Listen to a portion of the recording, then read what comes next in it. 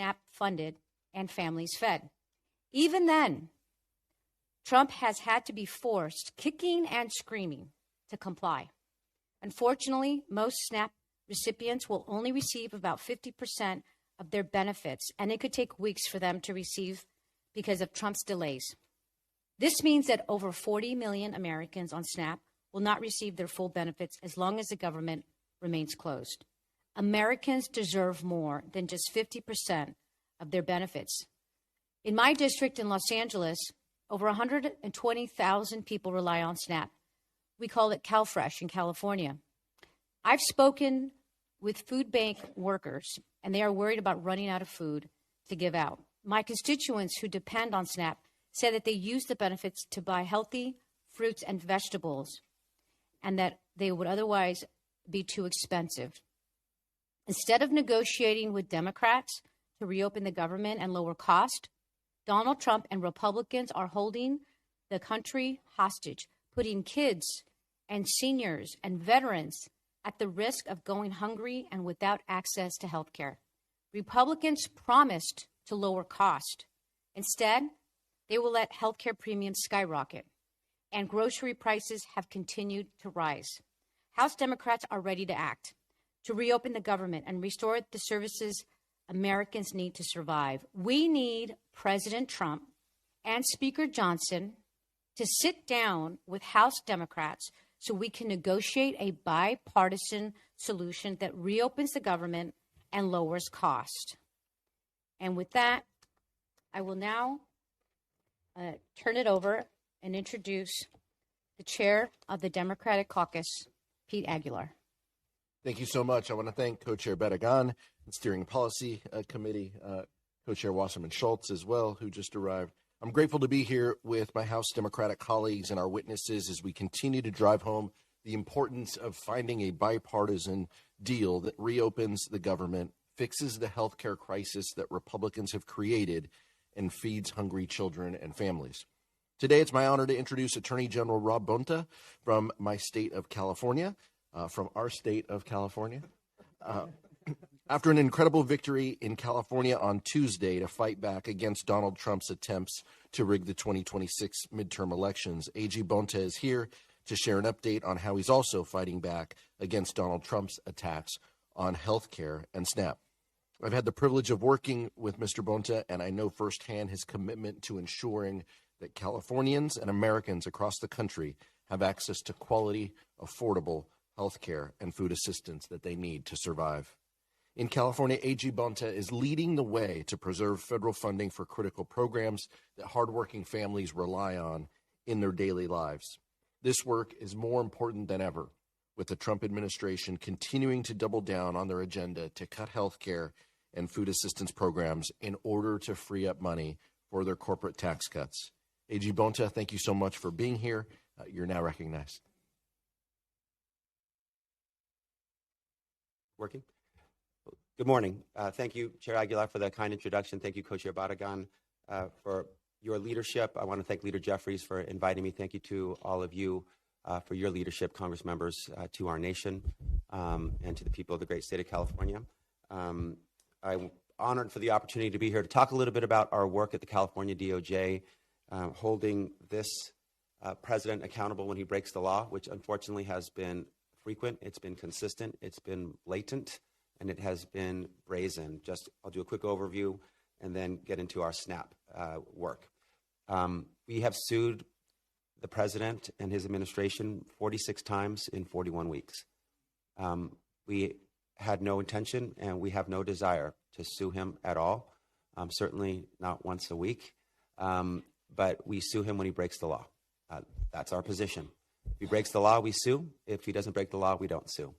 And so he's broken the law more than once a week in ways that have hurt our states. And the Democratic attorneys general have banded together. We work as a coalition, 23 of us across the nation, holding this administration accountable when he tries to withhold $3 trillion worth of funding from our states that you, Congress, have already appropriated, when he tries to violate and trample over rights and freedoms like birthright citizenship, like the right to vote, when he tries to access the private sensitive information of your constituents, bank account information and Social Security information through DOJ, when he imposes unlawful tariffs that make costs higher for Americans instead of lower.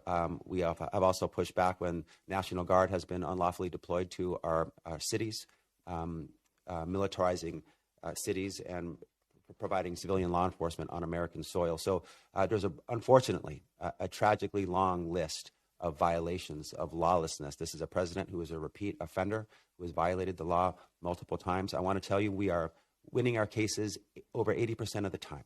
When a court issues an order, a temporary restraining order, a preliminary injunction, a permanent injunction, and more because we're advancing our cases downfield with the passage of time, we are winning final judgments in cases. And courts are finding that Trump has broken the law. They're issuing orders stopping and blocking the unlawful actions that are hurting Americans. And we're grateful for the opportunity to meet him in court, to hold the line at the boundary of his authority and say, you cannot cross this line. You can do things lawfully, you can advance your agenda lawfully, but you may never advance your agenda unlawfully. And I also want you to know this, in all of our cases, he is following the court orders. There was one case where we had to move to enforce the court order, but the courts, their authority is alive and well. Their orders are being followed, they're being complied with. Courts remain a place where you can go get justice and accountability and stop an unlawful president from hurting Americans with his unlawful actions. I do want to also mention this. Not one Republican attorney general has brought any lawsuit challenging the unlawful actions, the unconstitutional actions of this president. They have bent the knee.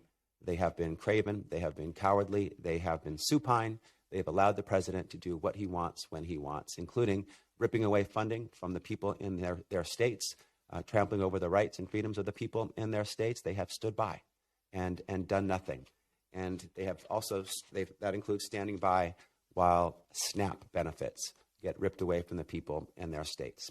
And as you know, SNAP is an entitlement program. The statutory framework uses the word shall.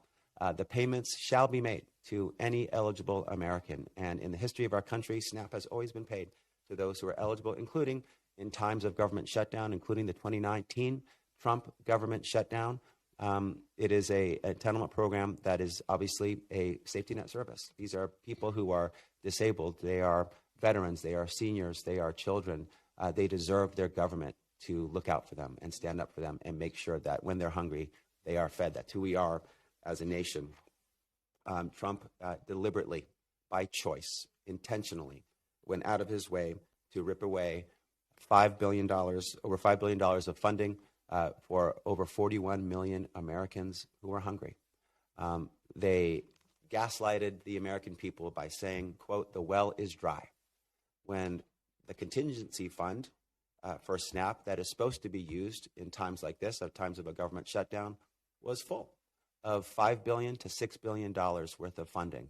And they refused to pay benefits to hungry Americans until the Democratic attorneys general and others, there's a separate lawsuit as well, brought lawsuits that required him. The court also allowed the Trump administration to determine if they were going to use other funds to pay all benefits, which would have been a very appropriate thing for the Trump administration to do, given that this is an entitlement benefit. They decided not to. They decided to only use the contingency funds and make partial payments to those who are eligible across the states. That's a problem. Why? Because it is an administrative nightmare. It creates a delay. People are already not getting their benefits since the beginning of this month. It will take multiple weeks for these partial payments to be processed, for EBT cards to be loaded, and for hungry Americans to be able to get the food that they need and they deserve.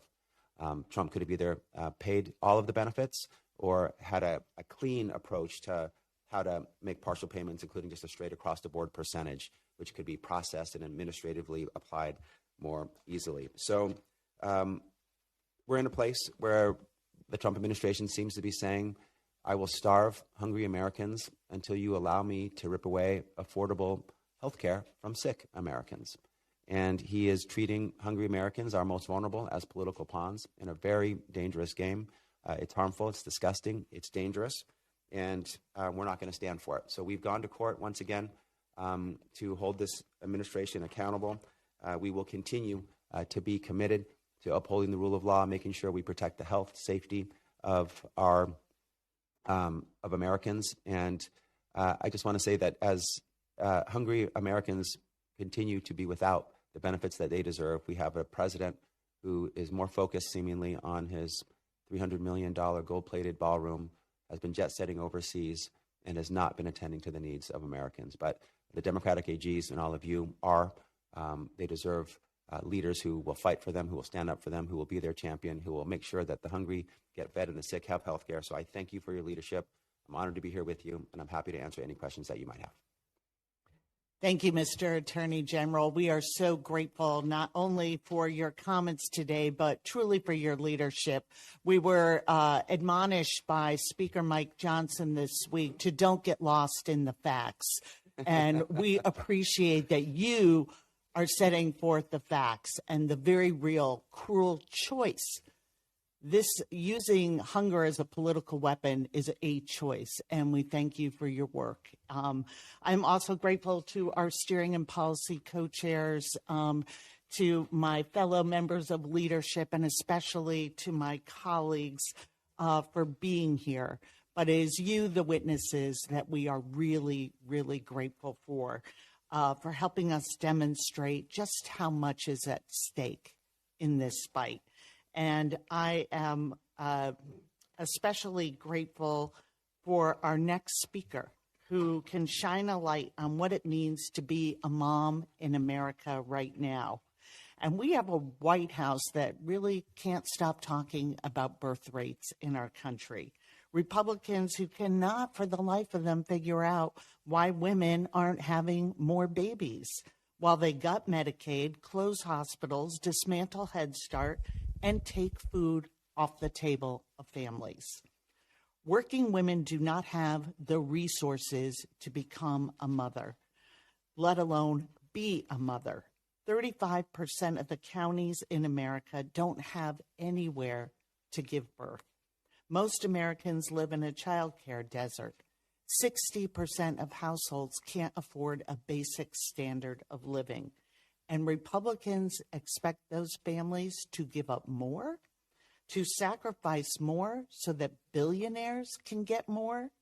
It is as hollow an agenda as it sounds, and it explains the backlash that we saw at the polls on Tuesday. We know where the American people stand, and Democrats are going to keep fighting for an economy where you can actually start, raise, and sustain a family. In the richest country to ever exist, that should not be too much to ask. So I thank everyone here for being in this fight to build that future. And our next speaker is the proud mom of 3, the founder and CEO of the Baby Stewart Foundation, Ashley Gooden Stewart. Ashley, thank you for joining us. Thank you for your work and advocacy, and the floor is yours. Good morning, everyone. Morning. My name is Ashley Gooden Stewart. I live in Lamarck, Texas, with my partner, our 3 young kids, ages 1, 6, and 8. I'm a certified grief coach, nonprofit founder, and a proud member of Moms Rising. I appreciate the opportunity to share my story today and all you and everything everyone is doing to fight for working families. I appreciate that. My family has struggled to make ends meet as the cost of essentials has risen dramatically, and our child care crisis has prevented me from working full time. The support Medicaid and WIC provide is critical for us, as it is for millions of other families. But now, this administration is refusing to fund these programs, putting our health and well-being at risk. I first joined Moms Rising because of my struggles as a working mom. In my experience, our economy is not set up to support working mothers.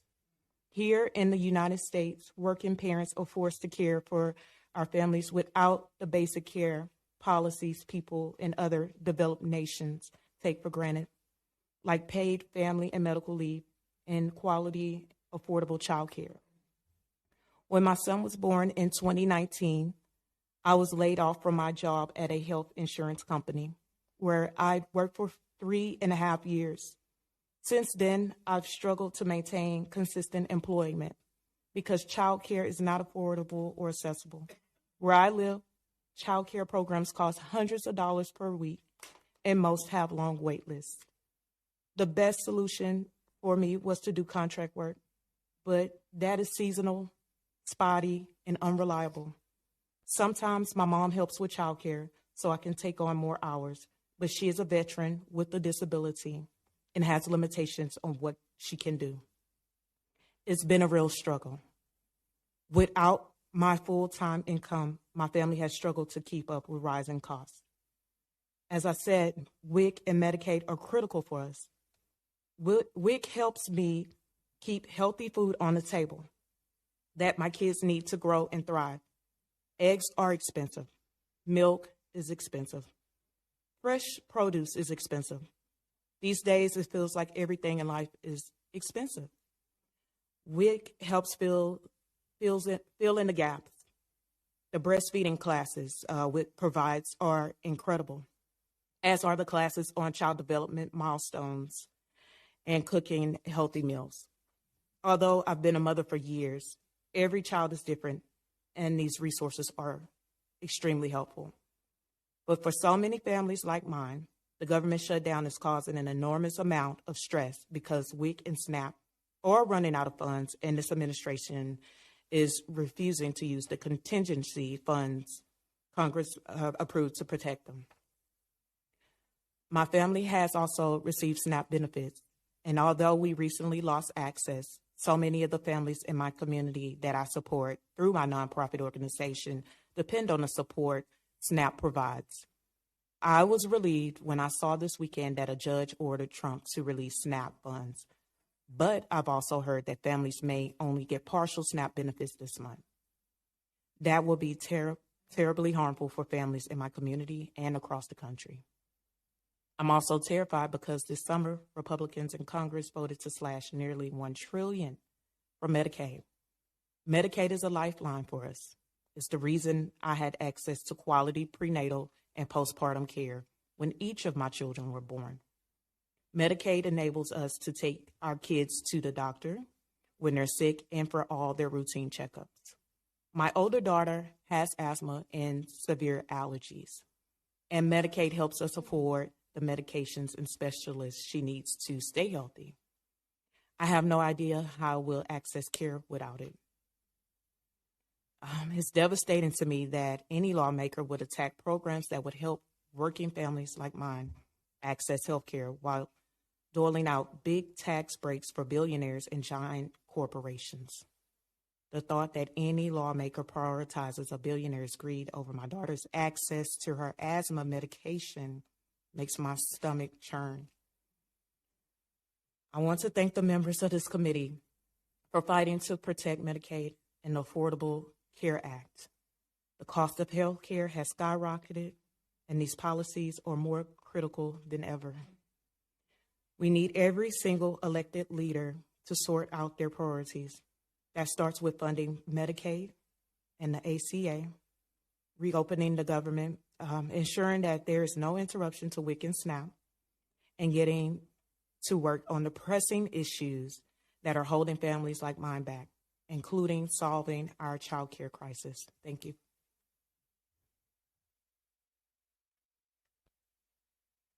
Thank you. Representative Dean, you're now recognized.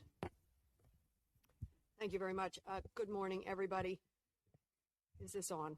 Can you hear me? Yes, thank you. I'm pleased to be here, but I'm not pleased for the many reasons we are here, the dysfunction that brings us here. But I am proud to be here with the Steering and Policy Leadership. Thank you for calling us all together. And you see here on the dais also our caucus leadership. Take note, Democrats are here. Democrats have been here, wanting to solve the problems of the American people, some of which are so self-inflicted by this administration, it is unconscionable. We are here. The Speaker of the House shot us all home September the 19th. So while we talk about, what are we up to, a 37-day shutdown, something like that, add 11 days to that, because we left 11 days early under the gavel of the Speaker of the House, knowing that a shutdown was coming. knowing that SNAP benefits were at risk. So I'm pleased to be here with you and this leadership, pleased to be here with these testifiers. I have the awesome privilege of introducing a constituent of mine, Miss Lisa Boone Bogacki. I won't tell her story because I want you to tell your story. It's an important story. It's a unique story. It's a human story, but you are not alone, and I know you know that.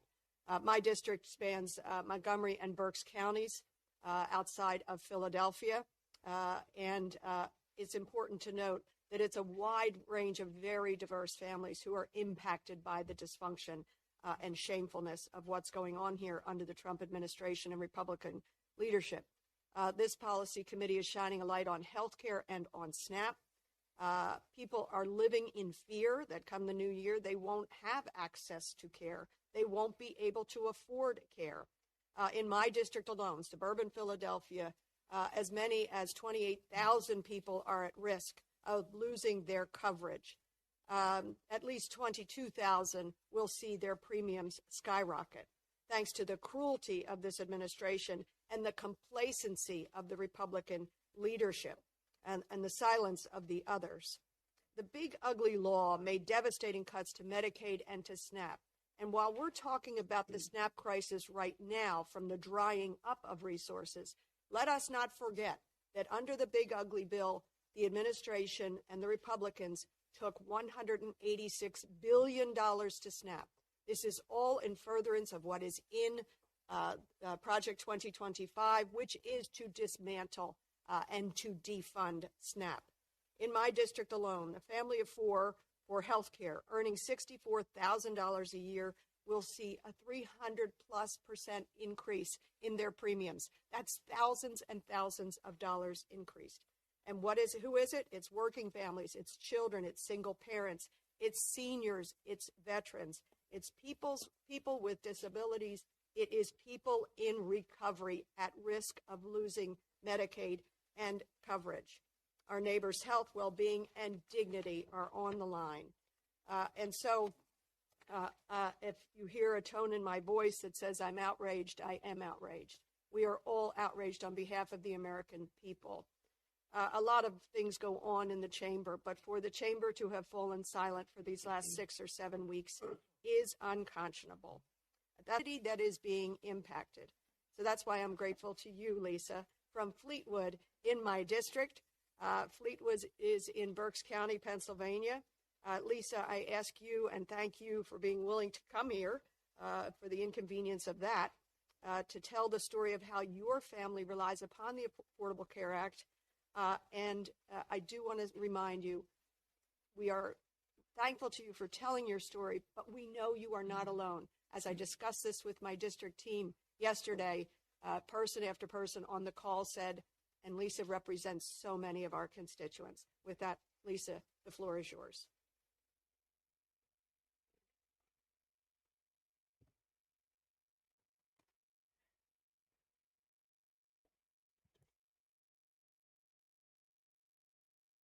I think it's on. Okay. Hello, and thank you, Representative Dean, for that introduction and for allowing me to speak before you today. As said, my name is Lisa Bogacki, and I live in Fleetwood, Pennsylvania. My family has relied on the Affordable Care Act for over a decade. If Republicans get their way, next year our premiums will quadruple and our deductibles will skyrocket. Healthcare first became a major challenge for my family in 2009 when my husband died suddenly, leaving me to raise our 3 young children on my own. I'm a self-employed physical therapist, and before my husband died, our family was covered by his employer's health plan. Following his death, I was forced onto the private health insurance market, which is entirely broken. Before the ACA, the health insurance company I was paying exorbitant monthly fees to deemed me too high risk for coverage due to diagnoses of situational depression due to my husband's sudden death, mild asthma, and seasonal allergies. As I was ineligible for the coverage, they made my then 4-year-old son the primary subscriber and responsible party for the family plan. All correspondence, including the bills, came addressed to him. I was never given a reason for this, despite many phone calls asking and pleading for it to change. So at one point, I resorted to giving my son the forms they insisted on sending him to color on, and I sent them back. Our healthcare providers, the pediatricians for my children, were simply astounded, their chins hitting the floor. They couldn't even believe this was happening. But aside from the miracle of eliminating the pre-existing condition horrors, the ACA has helped my family tremendously. Prior to it, I was paying over $1,000 per month in premiums, and that was 15 years ago. The Social Security survivors benefits my children received following their father's death went primarily towards paying for health care. Now, Republicans are sabotaging the ACA. Next year, my monthly premiums will quadruple, and my deductibles will skyrocket. The plan I am able to afford will now have deductibles of $8,450 per individual and $16,900 for family, which is now my youngest son, who is 19 and a college student, and myself. This makes my coverage essentially catastrophic coverage, as without an unfortunate major health event, these deductibles will never be reached.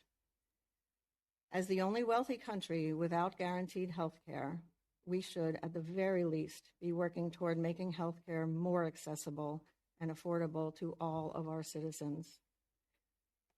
Letting subsidies expire and cutting essential programs like Medicaid and Medicare can literally be a difference of life and death to many.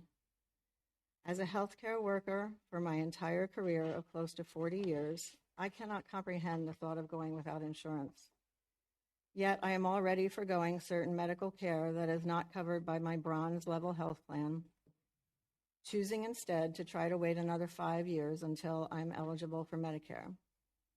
We cannot pretend to be a great country when we allow citizens to languish without full medical coverage, unless you happen to be lucky enough to be able to afford it. Thank you to all of you for hearing me and for continuing to do the work that is so needed in these times. Thank you. Thank you, Lisa. Representative Ivey, you are now recognized. Thank you, Madam Chair. I'd like to thank the Steering and Policy Committee for putting this hearing together. I appreciate the fact our leadership is here with Catherine Clark, Caucus Chair Pete Aguilar. And I want to thank all of you all, the witnesses so far. Very powerful testimony for your statements here today that I think really helped to shed light on where we are. I see Mr. DeMarco is here. Someone I've known for decades who's been working on these issues and really making a great difference. So I'm pleased to see you here today. And it's critical for us. We're in a major fight right now. There's an affordability agenda that the Democrats continue to push. Healthcare is at the center of it. And, the testimony you've given so far, I think, really underscores why. And I want to make sure we sort of point out and reemphasize the point that I've been seeing happening here for a while. The Republican attack on Obamacare, or the Affordable Care Act, but I prefer to call it Obamacare, that's been going on for 15 years now, and they realized they couldn't take it out with a frontal assault. So now it looks like they're trying to go after it with death by 1,000 cuts. And when we hear what kind of impact the premium jumps are going to have, I think that really underscores the danger and the impact that can have on the American people. Millions of American people. We got Bobby Laughlin here today, who I think is going to add to this as well. He's an outstanding individual. He's personally experienced the life-changing impact of some of these federal health care policies and what they can do. And I know he's been a great voice in Maryland as well. On behalf of the Maryland delegation, I'd like to introduce Mr. Laughlin for his testimony and thank him for coming in today to provide it. For allowing me to speak today. My name is Bobby Laughlin. I live in Baltimore, Maryland, work in both the restaurant and HVAC industries. Neither of my jobs provide me with an insurance plan. I buy my insurance through my state's marketplace. The federal healthcare tax credits have been a lifeline for millions of Americans like myself who struggle to afford quality health insurance. They have lowered my monthly premiums significantly, reduced my deductible by thousands of dollars, and improved my access to healthcare greatly. Previously, I was paying for a higher cost plan that did not give me much coverage. I had a high deductible and was paying hundreds of dollars for visits to specialists. If I had needed to go to the emergency room or needed other expensive treatment, I would have been put into thousands of dollars of debt. Most importantly, because I have a better plan now, I have had access to preventative care for elevated cholesterol, which would have otherwise gone unnoticed. I live a much healthier and financially secure life because I have quality, affordable health care. Millions of Americans like me need the federal tax credits to be continued. Easy access to affordable health care has made it possible for Americans to stay healthy and productive without fear of financial ruin from expensive medical bills. This law is not only important for the health and well-being of tax credit recipients, but it has significant economic benefits for the country as a whole. By providing affordable health care to Americans, we can help to reduce the overall cost of health care nationally. This will lead to a healthier workforce, reduce absenteeism, and increase productivity. With the rising cost of living, a slowing job market, and an uncertain economic outlook, it is more important than ever for this nation to take decisive action to ensure that those who need the health care can afford it. Without accessible and affordable coverage, millions of Americans risk falling into crippling debt, suffering from preventable and debilitating health conditions, and even losing their lives. Protecting access to health care is not only a moral imperative, it is essential to the long-term health productivity and stability of our communities. If the federal tax credits end, health care will become a major expense for me. My premiums will more than double, and I will be forced to downgrade my plan to something that will barely cover my needs or give up my insurance entirely. I will be put into a situation where if I am seriously injured or am struck by chronic illness, I will be bankrupted by medical debt. This will not only affect me, but millions of Americans who do not receive health care from their employer. Families, children, and small business owners and contract workers will all be less healthy and financially burdened. This will have a net negative effect across the country, and I pray that these credits can be extended and save millions of Americans from suffering and harm. Thank you for allowing me to speak today.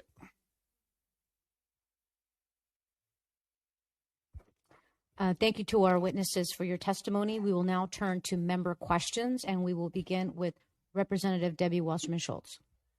Thank you so much to my fellow co-chair, Attorney General Bonta. Welcome. Thank you so much for your fierce advocacy.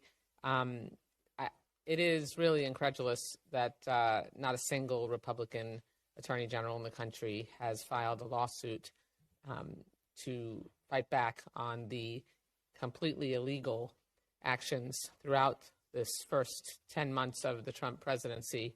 And that's not, in spite of the fact that his actions are really seriously hurting their own constituents. But the MAGA cult is real. So, and it's on full display. On the SNAP, on the two SNAP court decisions, the insane back and forth from the president and his staff, where are we now? I mean, you represent, the largest state in the country, and obviously millions of SNAP beneficiaries. We have 42 million SNAP beneficiaries in the country. Where are we with the potential payout, and what's your sense of the timeline, if there is even a plan that's been communicated to you? Sure, and let me just mention that while no Republican Attorney General has brought any lawsuit or challenge to the unlawful unconstitutional actions of the Trump administration in 3 states where there is a Republican AG but a Democratic governor, the Democratic governors have reached out to us to join our suits on behalf of the people of their state who they believe should have food and should have their rights honored and the funding appropriated. Governor Beshear in Kentucky, Governor Shapiro in Pennsylvania, and Governor Kelly in Kansas. Good to hear. So we're grateful to have them join us.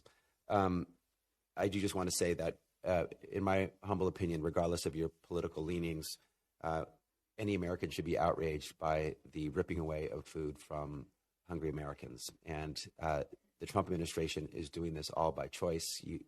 Many of you know there was a posting by the USDA on the website indicating that they were going to pay the funds during the period of the government shutdown, and then they did a 180-degree turn and removed that from their website.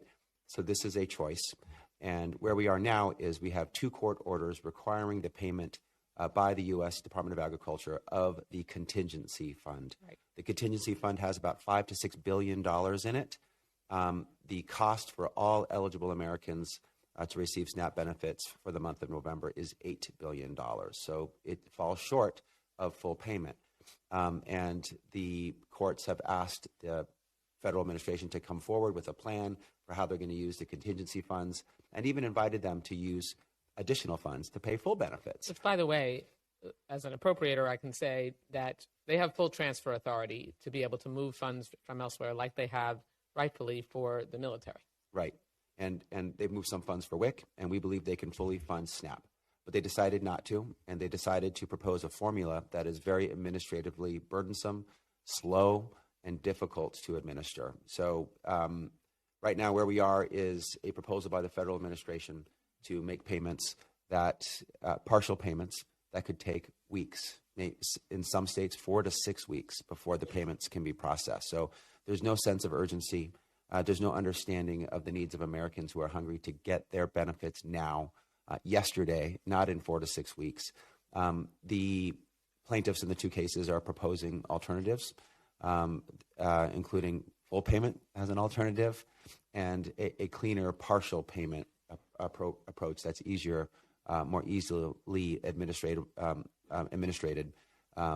like just a clean 50% calculation on the past month's benefits, which would not take 4 to 6 weeks and could be processed more quickly. So that's where we are, but there's ongoing court proceedings. We will continue to push for full payment and or quicker payment. But again, the Trump administration could have fixed this weeks ago. They can fix it today. They can make full payment now. It's their choice. Thank you. On behalf of the 32,000 food assistance recipients in my district who the president is making suffer unnecessarily. Thank you. Thank you. Thank you. I'll recognize myself now. Attorney General, thank you so much for your leadership in defending SNAP and so many other issues as well. You know, in California, we have over 5 million Californians who rely on what we call CalFresh, which are the SNAP benefits, including children and people with disabilities and seniors and veterans. I want to follow up to this question that not a single Republican Attorney General has joined the lawsuits. Is your lawsuit only going to benefit Democratic states or Republican states be impacted? Really good question. There was a recent U.S. Supreme Court decision called the CASA decision, which was an aspect of the birthright citizenship lawsuit that came up to the U.S. Supreme Court on this issue of nationwide injunctions.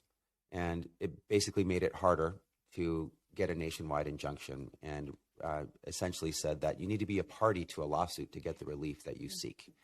And Democratic attorneys general had been up to that point seeking, in appropriate cases, nationwide injunctions, and I believed that Republican AGs were secretly thrilled that Democratic AGs were getting nationwide injunctions. They didn't have to publicly defy their leader. They could continue to bend the knee and not challenge him, but also get the benefits that we were delivering for them through the Democratic AGs lawsuits. Now, you do have to be a party to the lawsuit to get the relief. I thought it was very possible that the judges in our SNAP lawsuit would have provided relief only to the states before them. I don't think it's wrong to provide relief to everyone. Everyone deserves SNAP benefits. But I don't necessarily think that was required by the law. The Republican AGs are going to get the benefits without having to go to court on this case. And again, I don't think that's wrong because all Americans deserve full SNAP benefits. But going forward, there will be times where if we're seeking funding or the defense of certain rights, where some courts will say only those before us, and it will only be the Democratic attorneys general will get the relief sought, and the Republican AGs will have to do a lot of explaining to their constituents as to why they are not upholding their oath, why they're allowing the Trump administration to violate the rights of their constituents and rip away funding that is essential for them. Well, thank you. Know that House Democrats are fighting for all Americans to have access to food. As you mentioned, everybody should have that access. It should not be a issue that only impacts one party. It impacts us, all of us. Absolutely. I want to also ask, right now there's a government shutdown.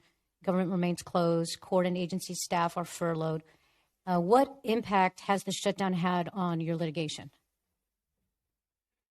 There have been some requests by the U.S. Department of Justice to pause our cases because of lack of resources And when we have an order in place, a restraining order or a preliminary injunction or a permanent injunction where we are essentially blocking the unlawful action from occurring, we have agreed to allowing the case to be paused because we like the status quo. We're protecting our people and we're winning in the case.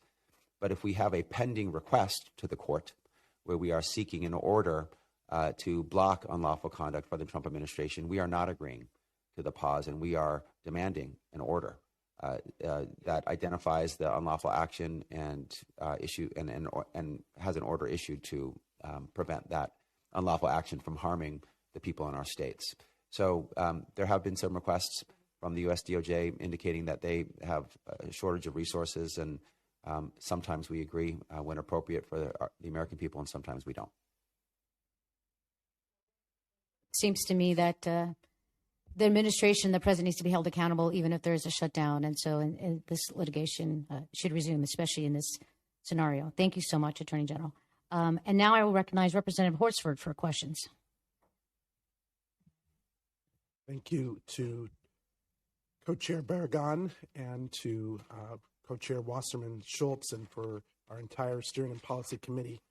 I'm losing my voice because we had a telephone town hall with over 11,000 people on it last night asking a lot of questions about SNAP and their health care.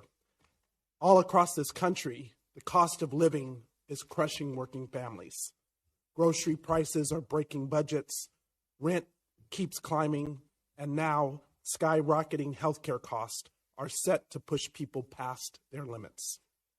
At a recent roundtable, one senior told me, 1 minute the court says the president has to release the funds, but then he says his administration will only release 50%. Then we hear the state is stepping in. Do you see why many of us are so panicked? President Trump is giving people an ultimatum. Choose between food, rent, or their health. But instead of stepping up and working across the aisle to support the American people, congressional Republicans are bent on gutting SNAP and the Affordable Care Act. I'm going to call this what it is.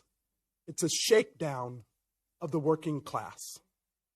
The very programs that lift working families up are being gutted at the same time that community-based resources like food banks are being stretched to their breaking points. We should be focused on affordability, on making SNAP stronger, on making health care within reach, and ensuring that every worker earns a fair day's pay for a fair day's work. Many of the people that are on SNAP are working people, but they're not being given a livable wage. And I call on those companies to do their part and raise the wage of these workers. But to Speaker Johnson, my message to you is to bring the House back into session. Bring your conference back to the table.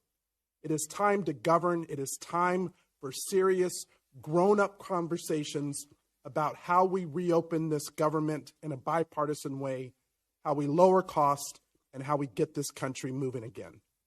Working families shouldn't have to be forced to give up food or medicine or housing just to stay afloat while you give $40 billion to Argentina.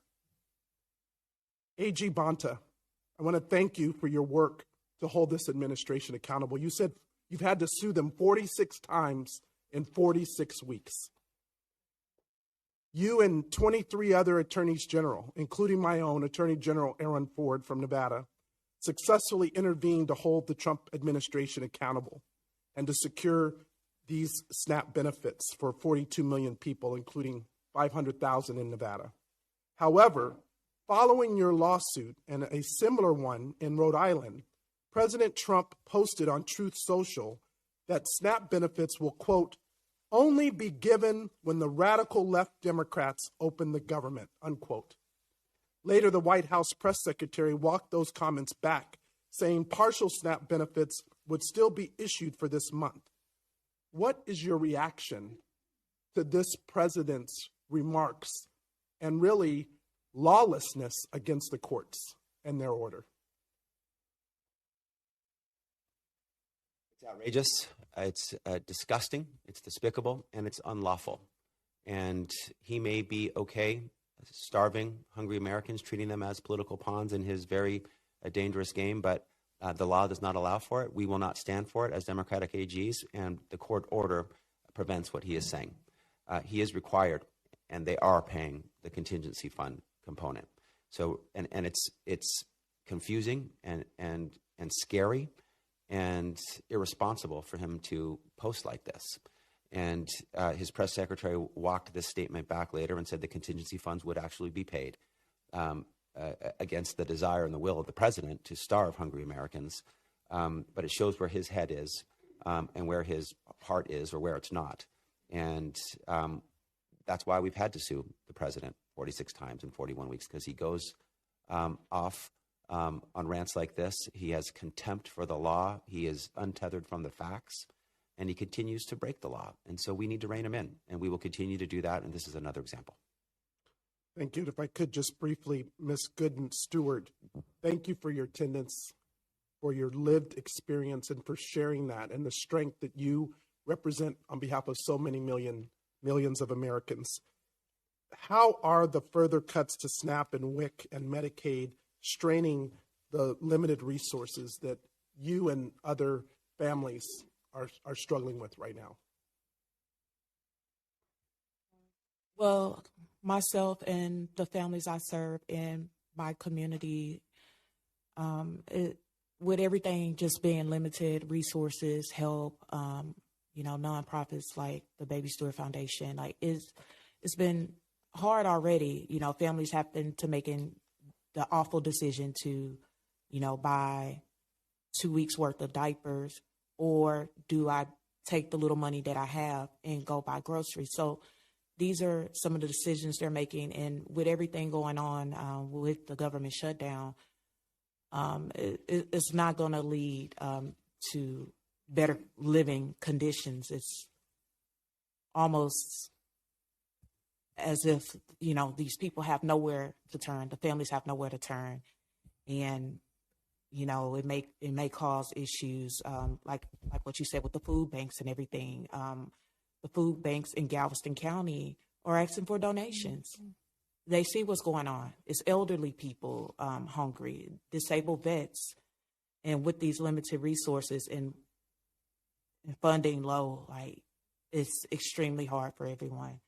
So just having the sense of community and having to pull the little resources that we have to help people is what we are aiming to do right now. Thank you so much for that testimony. Next, we have Representative Thompson. I recognize you for your time. Thank you, Madam Chair, and thank you to the Policy and Steering Committee and all the members who are here today, and to all the witnesses who've just done an outstanding job sharing your very compelling stories. And a special thanks to my Attorney General. General, thanks for being here. You've been on the tip of the spear, as it's been pointed out, on every major issue where this administration is trying to hurt the people of our state of California and people across the country. Thank you for that.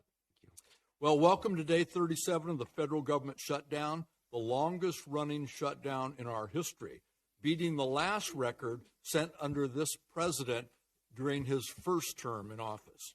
Well, I don't see that as winning. It's a monumental failure of the House majority, and it continues to be prolonged because of this president. The same president who, when there was a shutdown under a Democratic president, said it's the president's fault if the government is shut down. Bottom line, Speaker Johnson sent a continuing resolution to the Senate that doesn't have the votes to pass.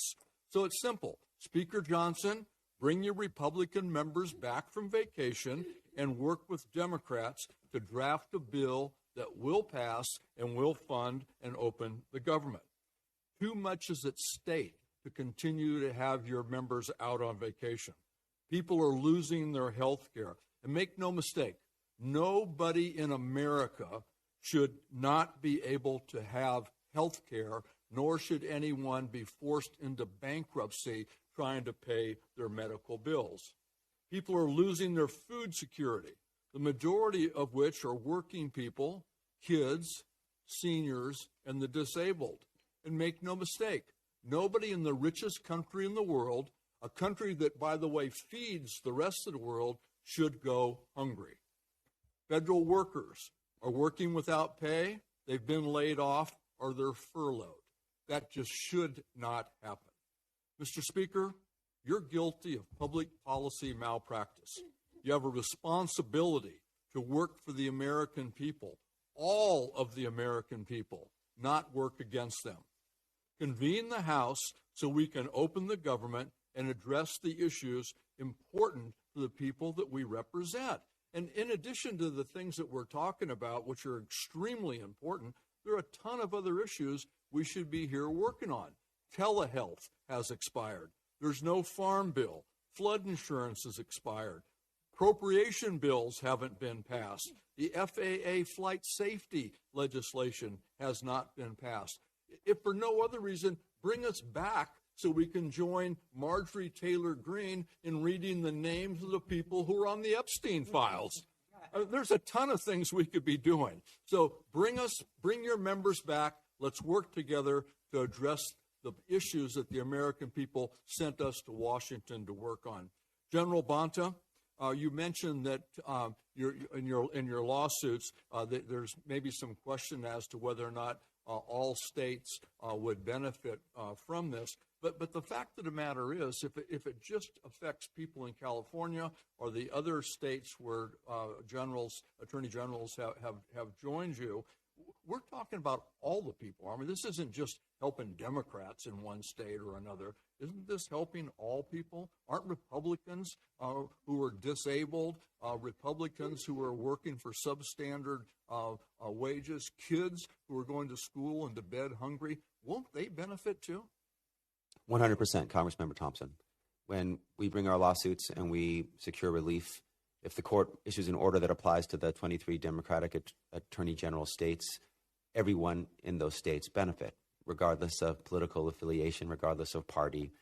Every child, every senior, every disabled person, every veteran, whoever is eligible for the relief gets that relief. So thank you for that clarification. Thank you very much. I yield back. Thank you. I now recognize Representative Takano.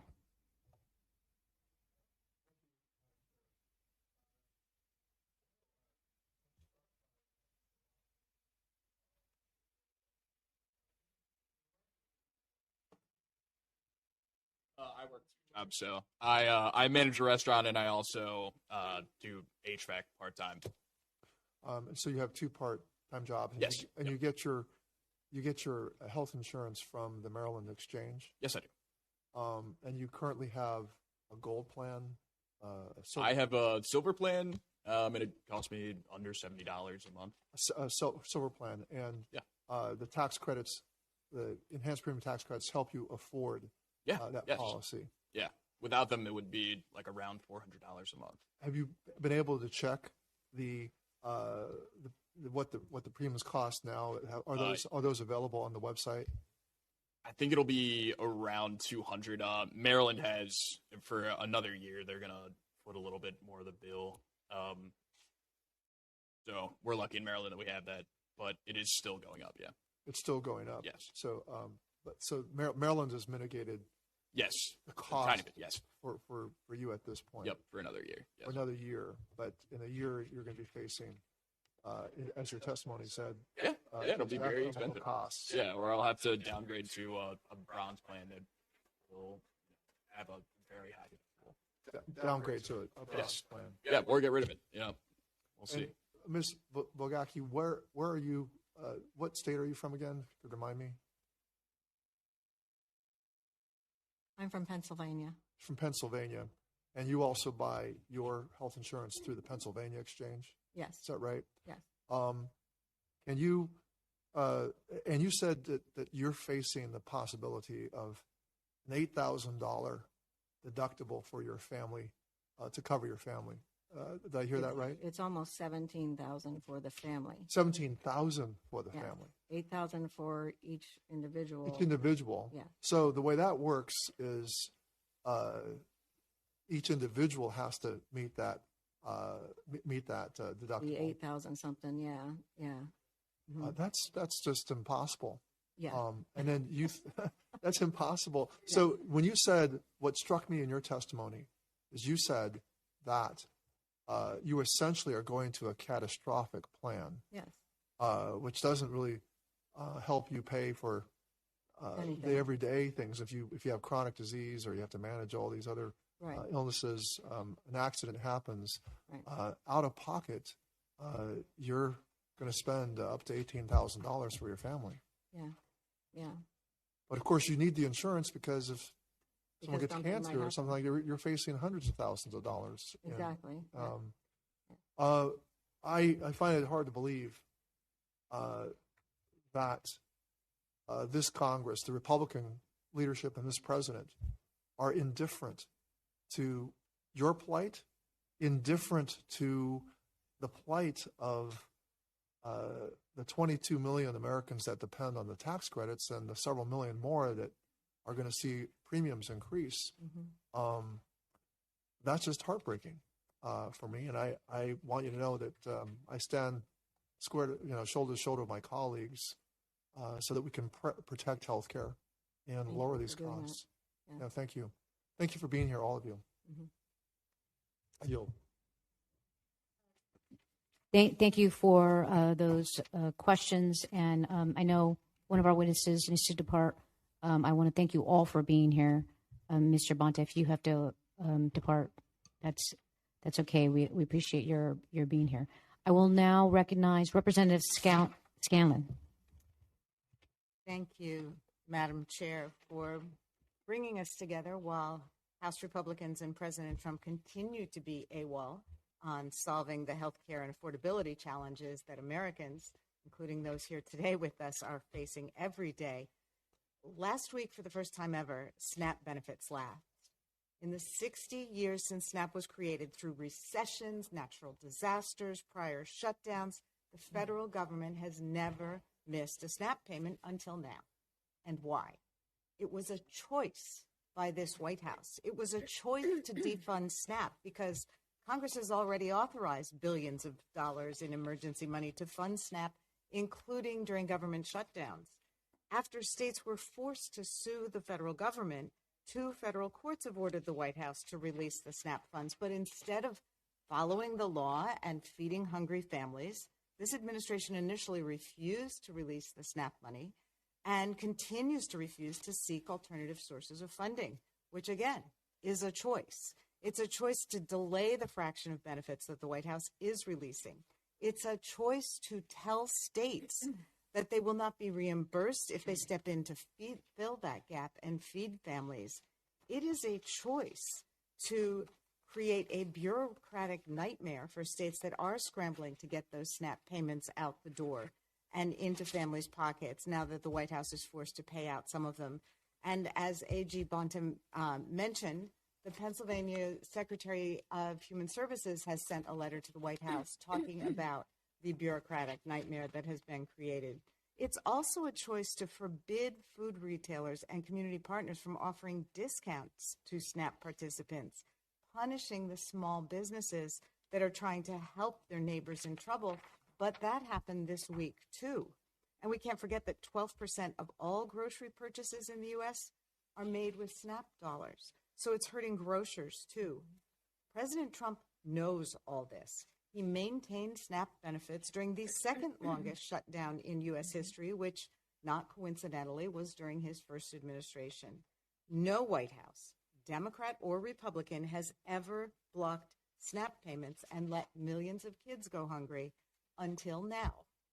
42 million Americans rely on SNAP to put food on the table, almost 90,000 in my district.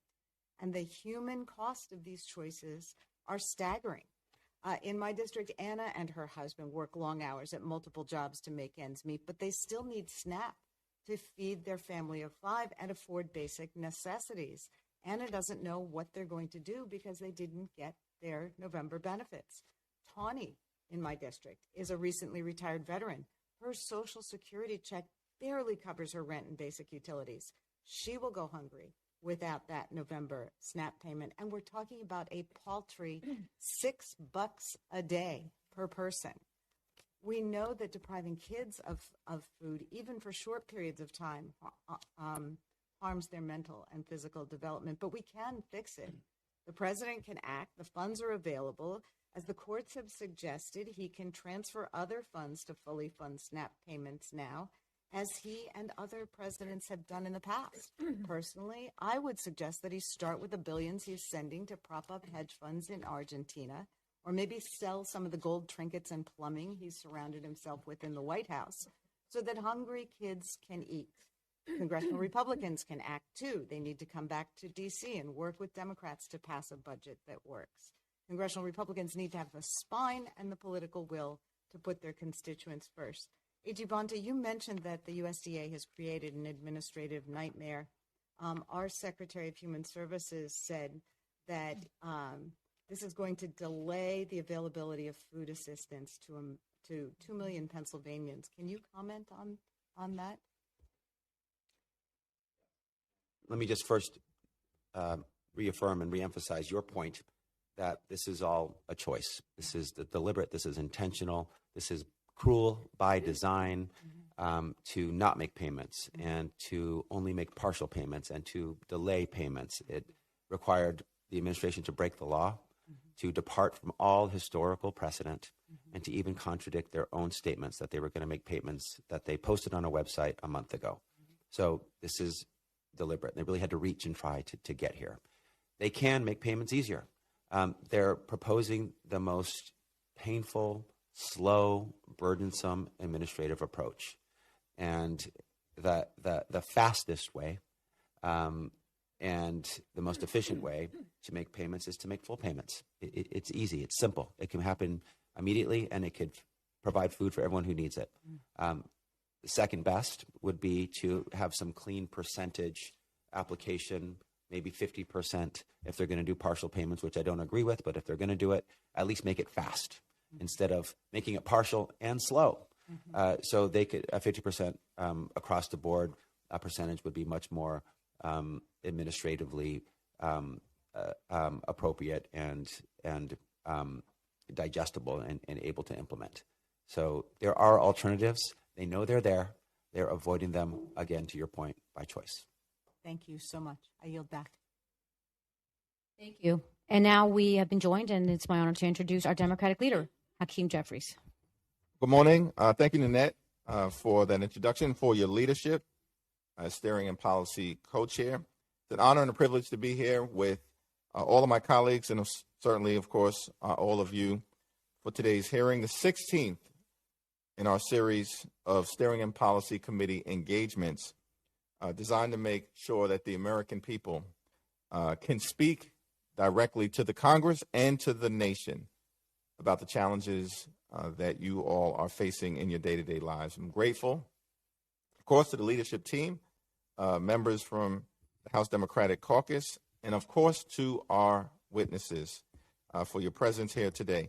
Thank you, Attorney General Bonta, for your incredible leadership on this issue and on many issues on behalf of the state of California and the country. To Lisa, to Ashley, to Bobby, thank you for being here, for the work that you do in your communities, and for speaking out against the extremism and the harm being caused by this administration. This is day 37 of the Trump-Republican shutdown, the longest in our nation's history. And the American people continue to be hurt by the chaos, the confusion, the cruelty that Donald Trump and Republicans are inflicting on our nation. For the first time ever, SNAP benefits are not being sent out, even after the administration was ordered to do so by 2 different federal courts. Donald Trump and his administration are also threatening to withhold back pay for hundreds of thousands of federal workers who have been furloughed or working without pay for the last several weeks, in violation of a law that Donald Trump himself signed in 2019. And because of the Republican refusal to extend the Affordable Care Act tax credits, tens of millions of Americans who are now in the open enrollment period are experiencing dramatically increased premiums, copays, and deductibles. Those premiums could increase by $1,000 or $2,000 per month. It's unacceptable in the United States of America. The incompetence and the cruelty on display by this administration and by Republicans in the House and the Senate is staggering. Now is a time when we need willing partners on the other side of the aisle, but they've been missing in action. House Republicans, in fact, have canceled votes for 6 consecutive weeks. They are on a taxpayer-funded vacation and refuse to do their job. Senate Republicans, at the same time, have been engaged in legislative insanity, bringing the same failed partisan Republican spending bill to the floor 15 or so times, knowing the same result was going to happen, it would fail. And Donald Trump, of course, is throwing parties for the wealthy, the well-off, and the well-connected, destroying half of the White House, and somehow can find $40 billion to bail out a right-wing wannabe dictator in Argentina, but can't find a dime to prevent health care costs from skyrocketing or to stop seniors, children, veterans, and disabled Americans from going hungry. Is that what America First looks like? It's outrageous, and the American people have clearly had enough. So whether in the Congress, in the courts, or in the community, it's important for all of us, and House Democrats will continue to fight for a bipartisan spending agreement that improves the health, the safety, and the economic well-being of the American people, to end this reckless and unprecedented Trump-Republican government shutdown, and to make sure that we decisively address the health care crisis that Republicans are visiting on the American people. That's our promise to you, and I'm so thankful for our Attorney General and for all of our powerful witnesses who have joined us today.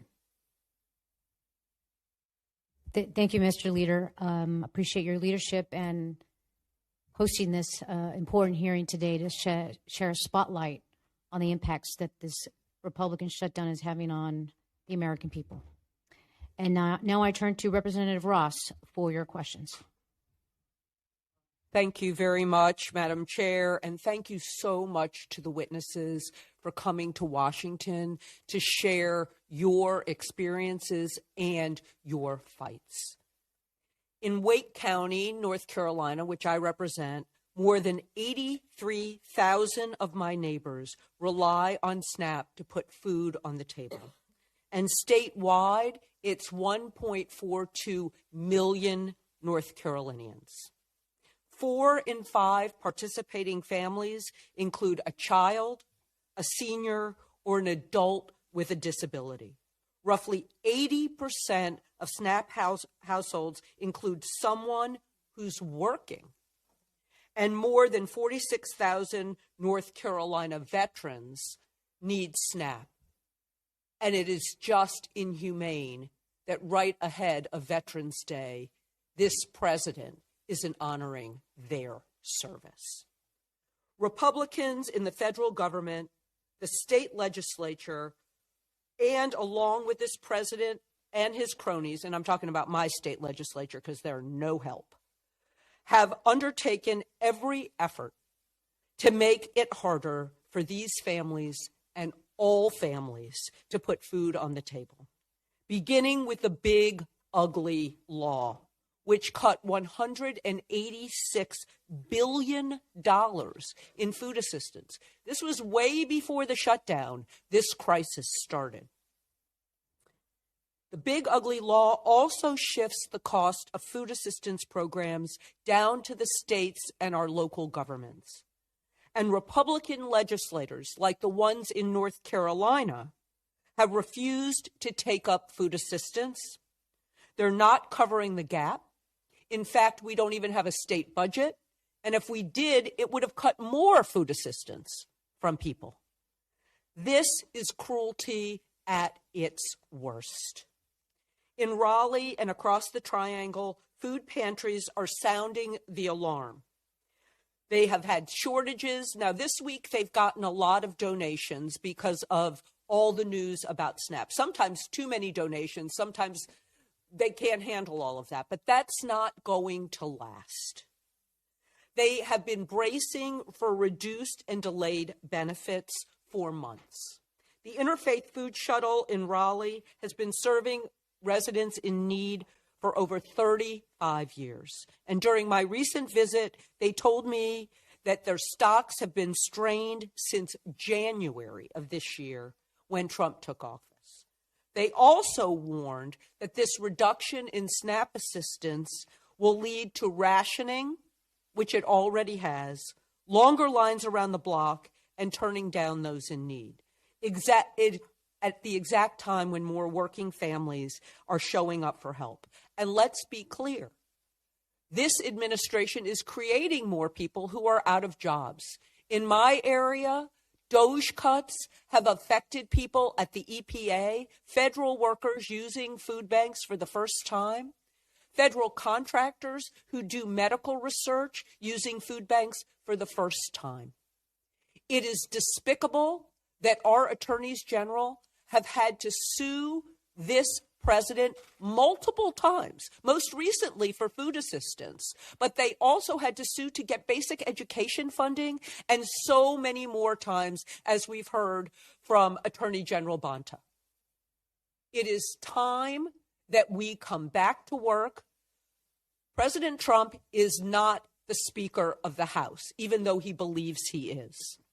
We need to come back to work. We need to take control over this body and do the right thing by our people. It is beyond time. Thank you, and I yield back.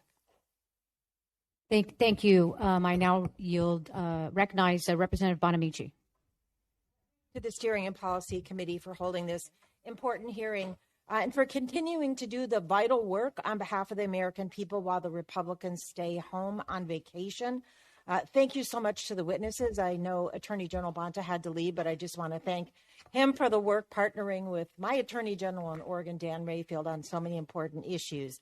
It is unacceptable that in the United States of America, millions of people across the country are at risk of losing their health care and going hungry.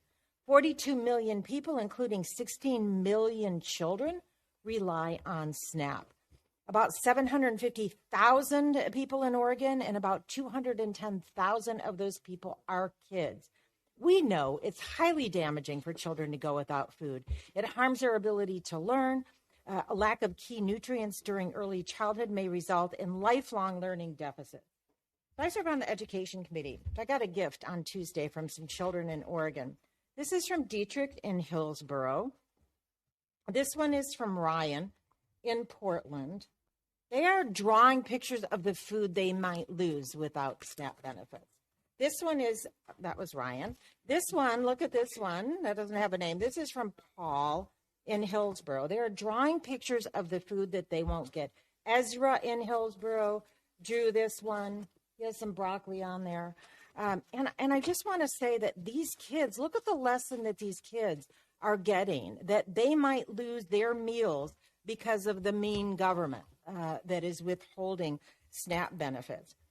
I also want to note on Tuesday that the same day I got these pictures from hungry children, the president issued this chaotic statement saying that he will only pay SNAP benefits when the government reopens, which is, of course, contradicting the USDA's announcement and in defiance of court orders. That chaos is harming our community. It's very cruel of the President of the United States and House Republicans to deny 42 million people food. And it is extremely cruel that this is happening using children, hungry children and families as political pawns. I don't think Donald Trump has ever struggled to put food on the table, but I have. I worked my way through community college, and law school on my own. And without food stamps, I would not have had enough to eat.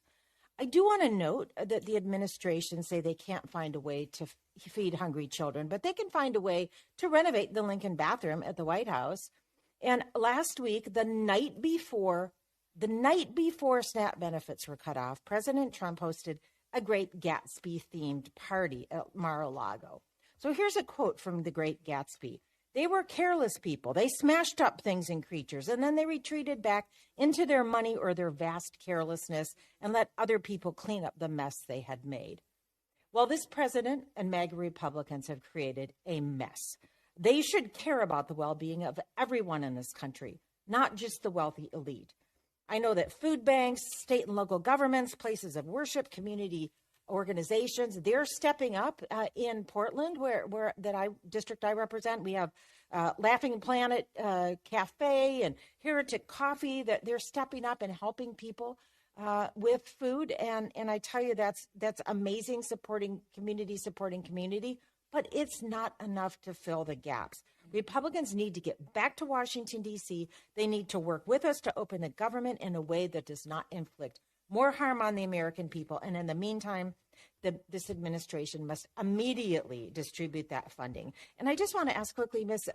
Gooden Stewart, you work with families and children a lot, I know. What does it mean to children if they don't have enough to eat? What does that do to them and their future? When children don't get enough to eat, it damages their self-esteem, their mental health and well-being, and it also causes disruption in the classroom. Thank you very much. And I yield back with the hopes the Republicans get back here and end this shutdown. Thank you. Thank you. I now recognize Representative McCollum. I want to thank the witnesses here today for sharing their stories. You know, I've heard from thousands of my constituents. They've reached out about the slashing of $1 trillion from Medicaid. In my district alone, there'll be 19,000 people who are expected to lose their Medicaid coverage. And as I said, people have been reaching out to me. I had a constituent that reached out to our office, and she told me she logged on to review her plan options and found her payments are going to go from $204 a month to $614 a month. In Minnesota, actually, does some reinsurance. Without what the state contributed, it would have even been higher than that. But that's a difference to her of $4,920 a year with a higher deductible. So what are people deciding to do? They're telling me that they're going to forego health care, maybe forego a dental plan. Maybe they'll delay seeing a doctor because of a copay until it's absolutely necessary, because they just can't afford to do anything else. So I know we're hearing those stories all over, and I thank you for sharing what you're hearing in what you do. Now, make no mistake, thousands of Americans are going to lose their health insurance, and they're not going to seek medical care, and they're going to be in emergency wards, which is more expensive and worse for them. But then there's SNAP.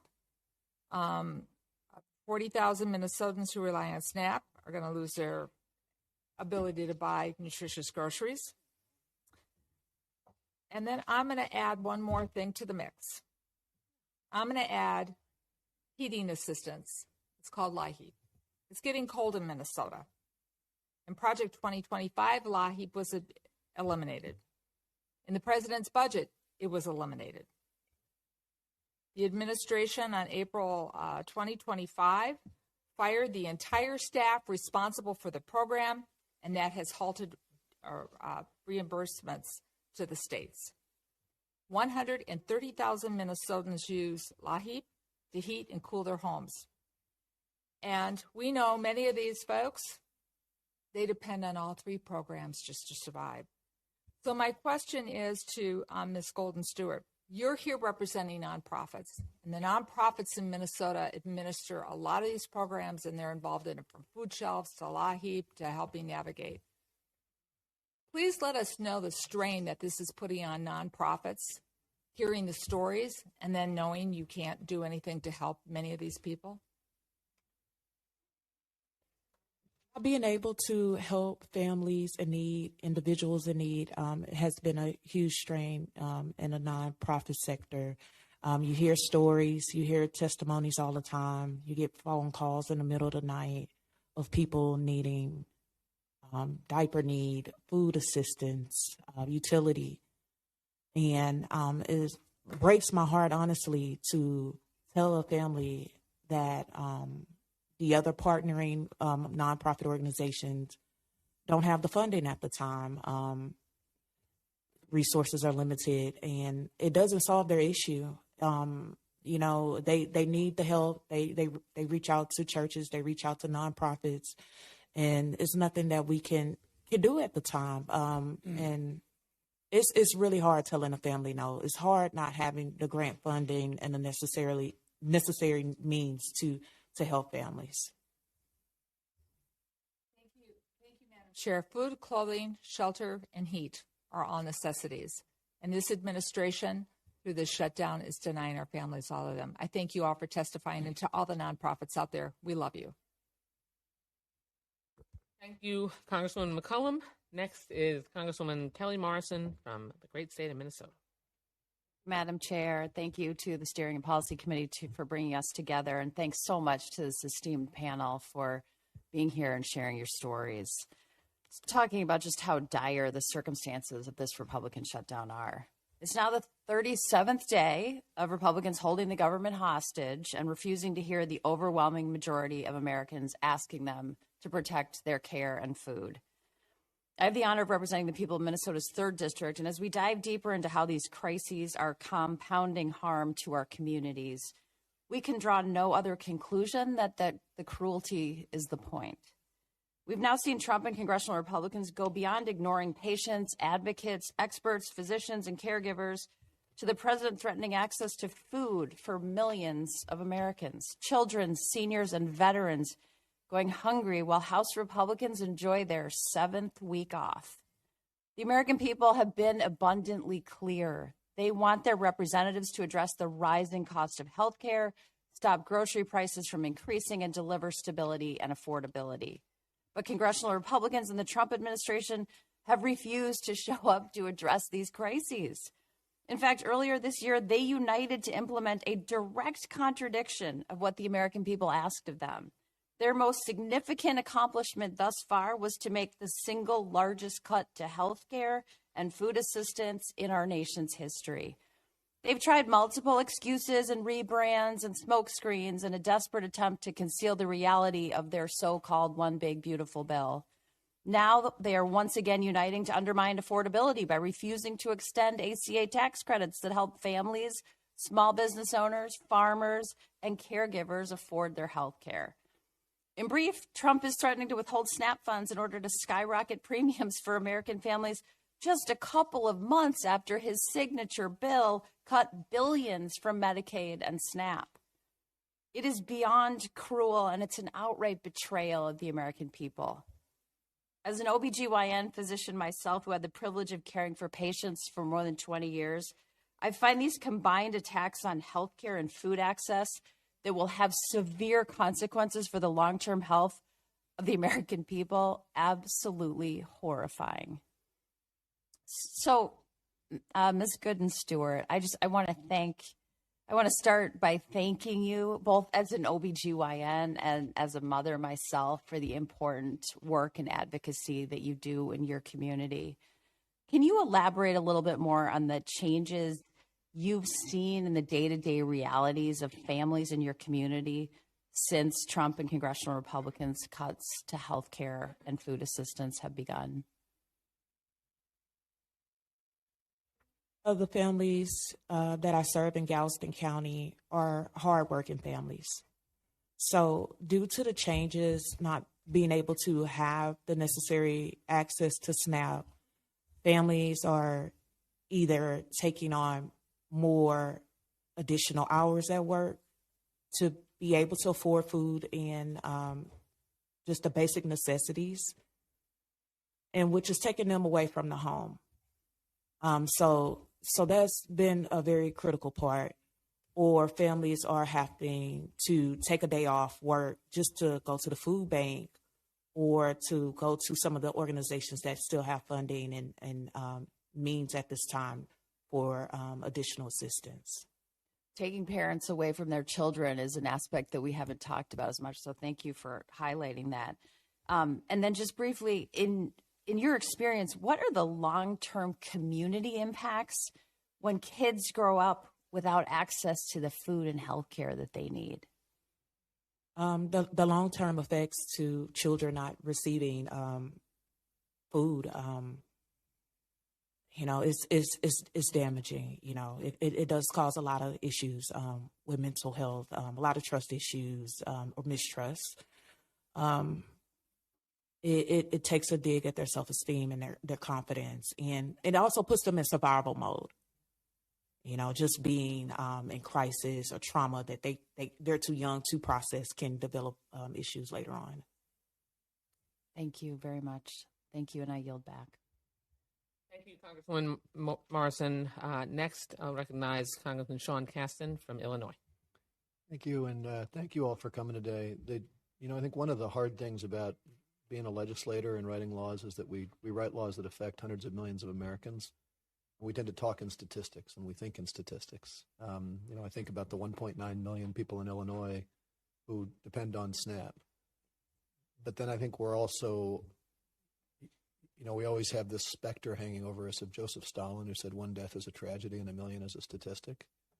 And I would never have thought I would be at a point where to understand how the President of the United States thinks, to understand how the Speaker of the House thinks, you have to read Joseph Stalin.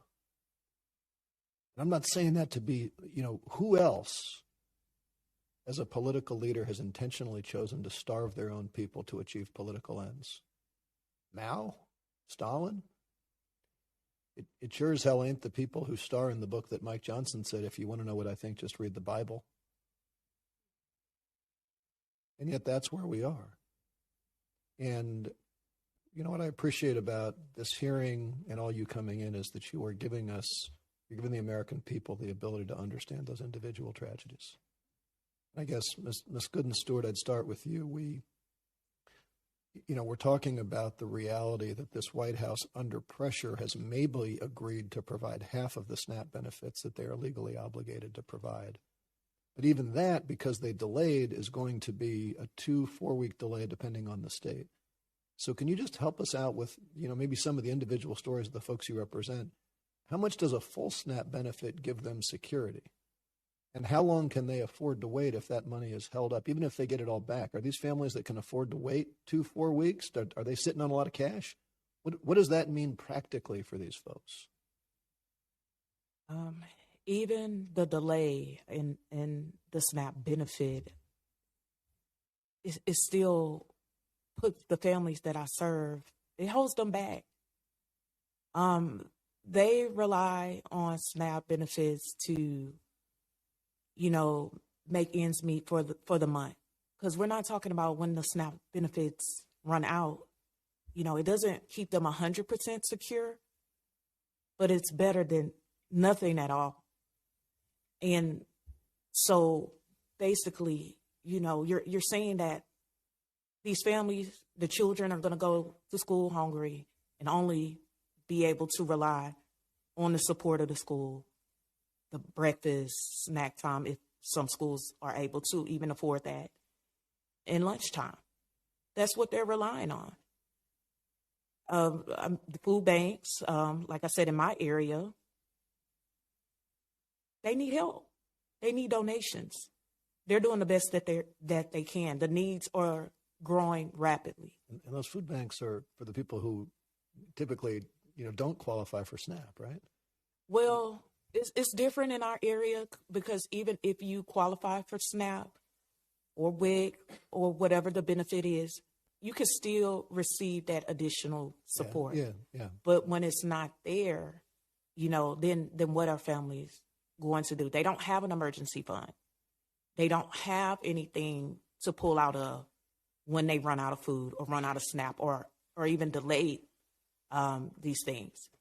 Most of these families don't have the villages that they once had back in the day when community would come together. They would cook together. They would, barter. That doesn't exist. And when we're in a small town of Lamarck, Texas, population of 14,000, it's hard to even access food on a normal day, healthy options on a normal day.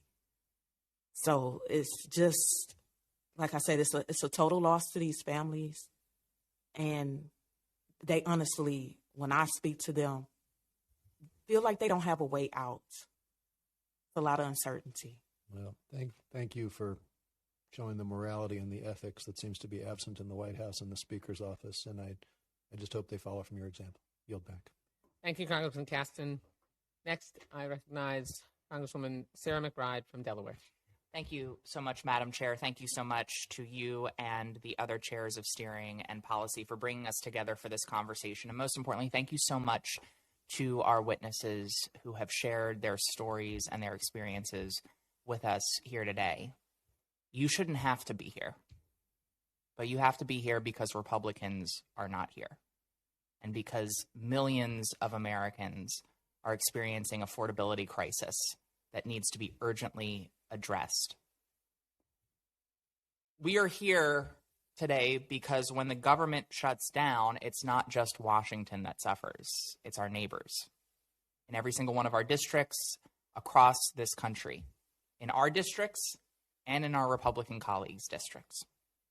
And I'm here today because I want to join you all who have so powerfully shared your experiences and your perspectives to lift up just some of the voices of the more than 100,000 Delawareans who rely on SNAP for food assistance and the 50,000 Delawareans who rely on the Affordable Care Act tax credits for health coverage. If it weren't for the courts, Donald Trump would have chosen to withhold life-saving food assistance that millions of families rely on just to get by. Despite a court order forcing the administration to release food assistance funding, this administration is still playing politics with the livelihoods of millions of Americans, resulting in partial payments and delays in food assistance that our constituents can't afford to experience. And may continue to refuse to act to make health insurance affordable for people who are playing by the rules. As I mentioned, every week I hear from Delawareans who are paying the price for these political games. I think of a 68-year-old grandmother in Milford, Delaware, who's raising 2 grandsons on a fixed income. She worked at the chicken plant her whole life, and now she's praying because she can't afford rent when her lease renews in January. A young mom from Georgetown living with a seizure disorder told the food pantry she gets $298 a month in SNAP to feed her 2 small kids. That's less than $75 a week to put food on the table for a family of 3. A mom from Harrington who works as a caregiver came in with her 6-week-old baby and her teenage daughter. She said she's visiting the food pantry for the 2nd time this month because grocery prices have outpaced her paycheck. She is doing everything right, but she's falling behind. And a 25-year-old pregnant mom from Laurel was forced to stop working at the chicken plant at 38 weeks of pregnancy because her doctor told her she had to. She doesn't know how she'll be able to afford diapers once her new baby arrives. These Delaware stories aren't isolated. They're what happens when leaders in Washington choose politics over people. Let's be clear, Donald Trump and congressional Republicans could find the money to fully fund SNAP and feed 42 million Americans, including 16 million children, 8 million seniors, and 1.2 million veterans. But they are choosing not to. At the same time, they're allowing the Affordable Care Act tax credits to expire, credits that have helped, as I mentioned, nearly 50,000 Delawareans afford health insurance. As of this week, families from Seaford to Newark have seen their premiums double and triple overnight. Government should treat people with respect. That means feeding the hungry, keeping the lights on, and honoring the dignity of work and family. I think often about a quote from my dad. I don't usually quote my dad, but he has, I know it's a politician favorite, but he said to me once, if everyone shows just a little bit of courage, then no one has to be a hero. This moment demands courage, just a little bit of courage from our Republican colleagues to stand up to Donald Trump, to stand up for their constituents, to show up just like you all have done today, so that they can join us in governing, feeding the hungry, and providing care for the sick. Delawareans, our constituents, are showing up for one another every single day, and it's time that the government does the same. Thank you all very much. I yield back. Well said, Congresswoman McBride. Thank you so much. Next, my colleague and friend, all of these people are my friends, but Yeah, exactly. Especially so. Congresswoman Ayanna Pressley from Massachusetts. Madam Chair, I have the unenviable position of following my esteemed colleagues. So many of my questions have been asked and answered, and I've just been sitting here, sitting with all of this.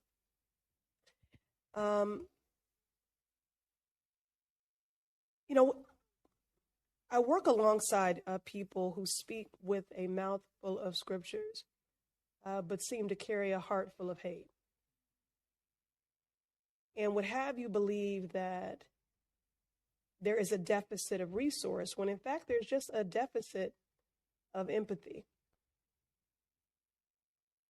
They perpetuate stereotypes of struggle when we all know that struggle does not discriminate. It finds all of us. We're all just one disruptive life event away.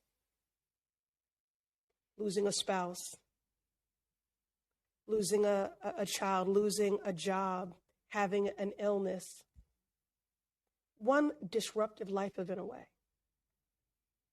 Poverty and struggle are not moral failings. They are not character flaws. The flaws are that we have systems that are broken and lawmakers that do not see themselves in their neighbors. They don't see the humanity of their neighbors.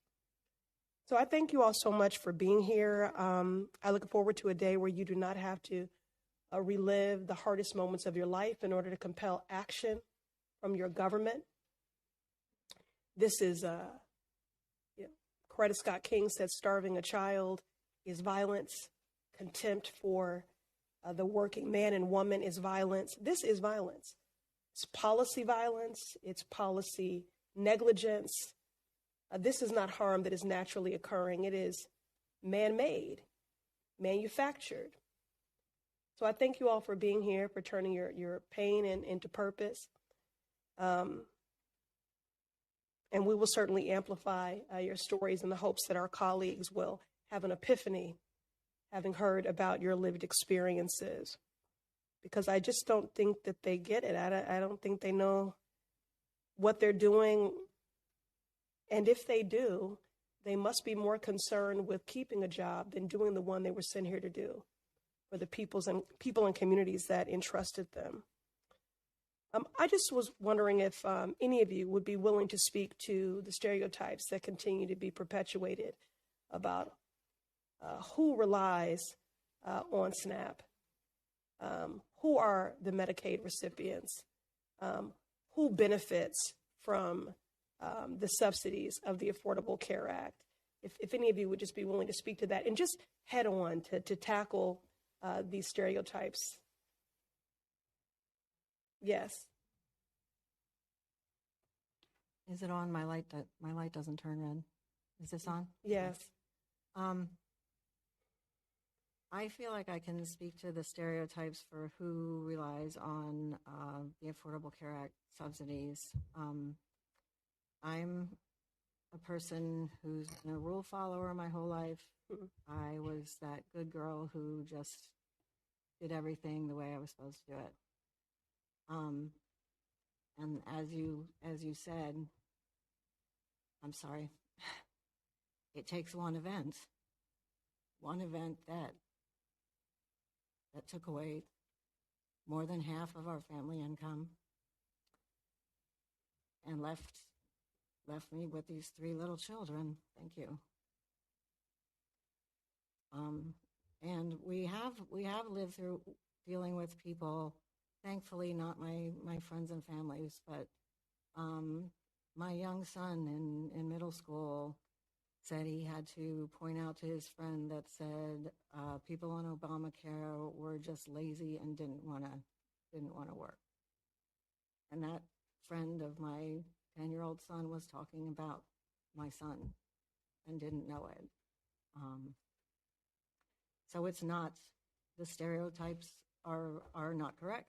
I am, as Representative Dean said, I am not alone. I am not special. There are so many people who are doing everything the way it's supposed to be done, and yet still I've needed multiple of these social safety nets. My kids got the Social Security survivors benefits, and we needed, the Affordable Care Act help. And I'm a professional. I don't flip burgers, that term they like to always say. But it's still not enough. Our society is not set up for a solo parent. It's just not.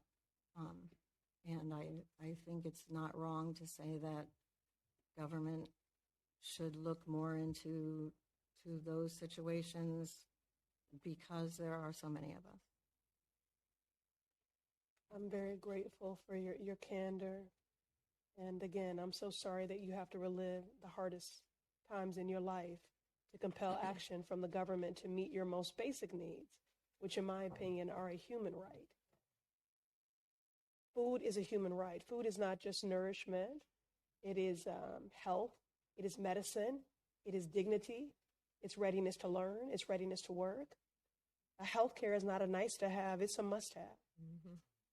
So we're already over time, so I will defer to the chair to get us back on schedule. But thank you very much.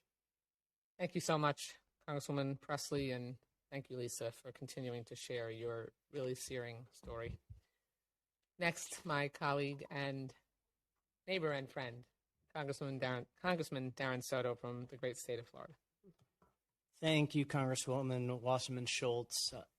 I represent the district with the second most Obamacare enrollment in the nation. Many of you may be shocked to know that all top 10 Obamacare districts are in Florida, including my colleague here. It has helped vastly reduce our uninsured rate and helped with a lot of small business owners and independent contractors. It's been a smashing success in the Sunshine State.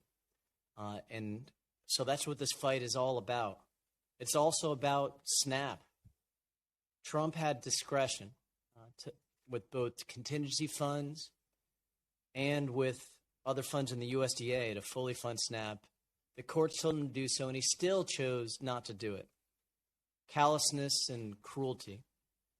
I think about my constituents right now who are suffering, and even as they are, and I've talked to many of them, they want us to soldier on to get a deal to help lower health insurance costs and also lower food costs. And I was just at Second Harvest, our local food bank, and volunteering and hearing their stories about how nonprofits are stepping up, but they can't fill the entire breach. We know that. And it's 6 weeks of House Republicans doing nothing. Meanwhile, Trump has started to build a billionaire ballroom, thrown decadent Great Gatsby parties, unfortunately in our state, the home of the largest Obamacare exchange in the nation, and a $2 billion corrupt cryptocurrency scheme. 36, now 37 days have passed. Where are the House Republicans? They're not here. They refuse to be here.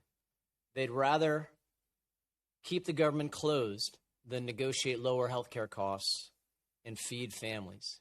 And that is a disgrace. And on election night, we saw loud and clear this week. People want us to work together to lower costs, and we're here to do that, and we will be ready when our Republican colleagues finally come around. Ms. Bogacki, I'm sorry for your loss. I'm also inspired by your story. I noticed you're a self-employed professional. We have a lot of those in Florida, as well as a lot of small business owners, independent contractors of all sorts. This is one of the reasons Obamacare has thrived. From a self-employed professional's point of view, why is Obamacare such a good fit to help folks get health care? Thank you. I became a self-employed physical therapist when our children were very young. So I was subcontracted into working into the public school systems. And it just, like I said, we had been on my husband's employer plan. But I needed to keep that job when he passed because it allowed me the flexibility that these contractor positions have, and it was in a school system, so the summers were much less busy for work. And did you have access? So you didn't have access to employer-based health care, is that correct? No, I did not because it was I was contracted into the school. I was not a school employee. Thank you so much. Mr. Laughlin, I want to talk a little bit about young people. We know, when I was a GW law student here in Washington, D.C., I didn't have health insurance, because it was before the ACA, right?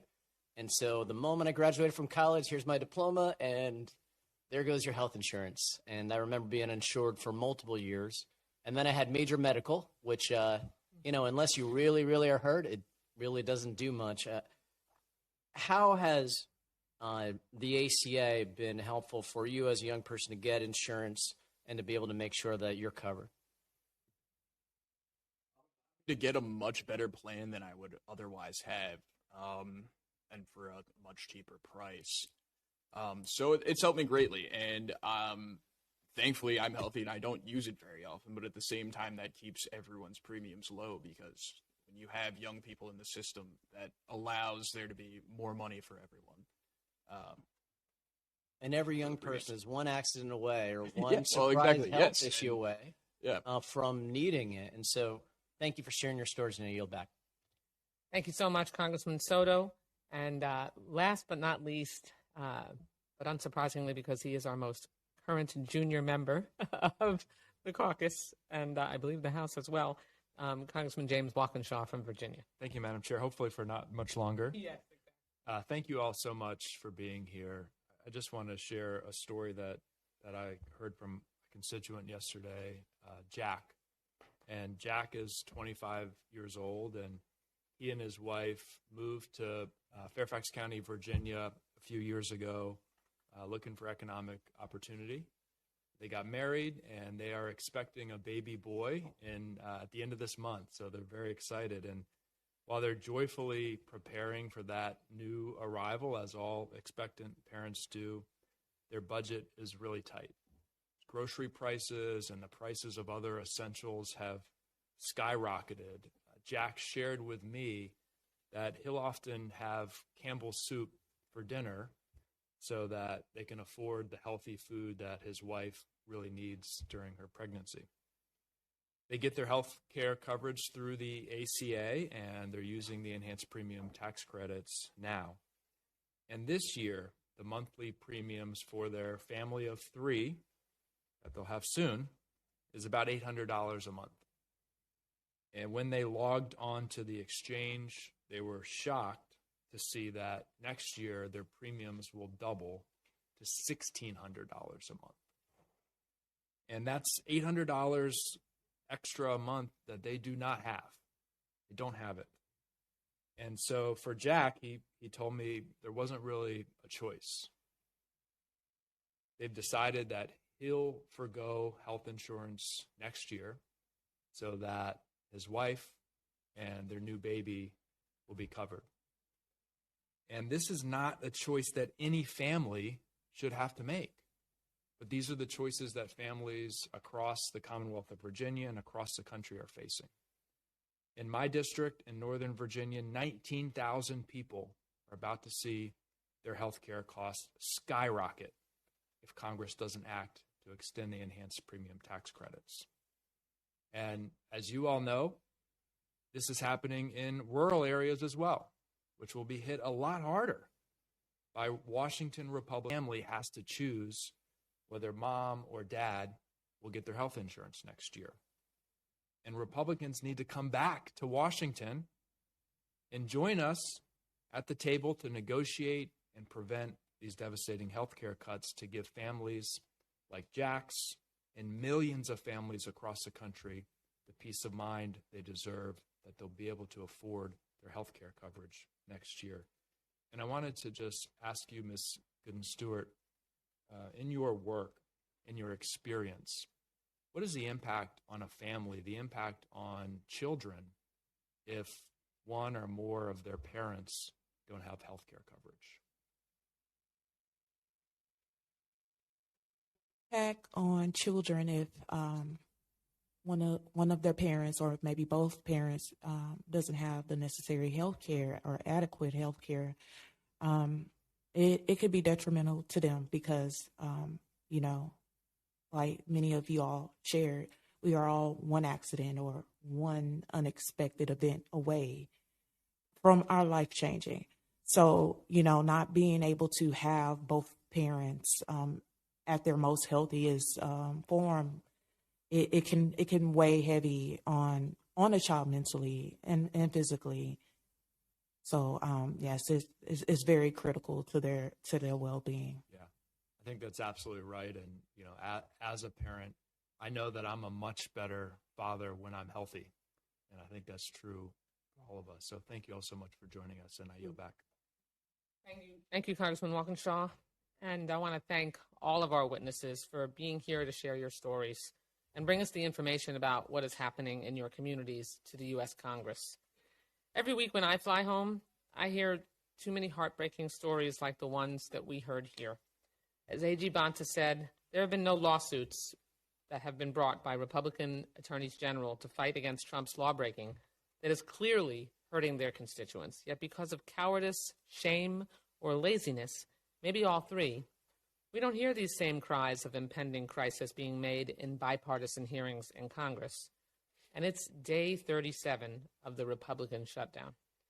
For those who keep count, it's the 48th paid day off that Speaker Johnson has given to his GOP colleagues. But Democrats have been here throughout.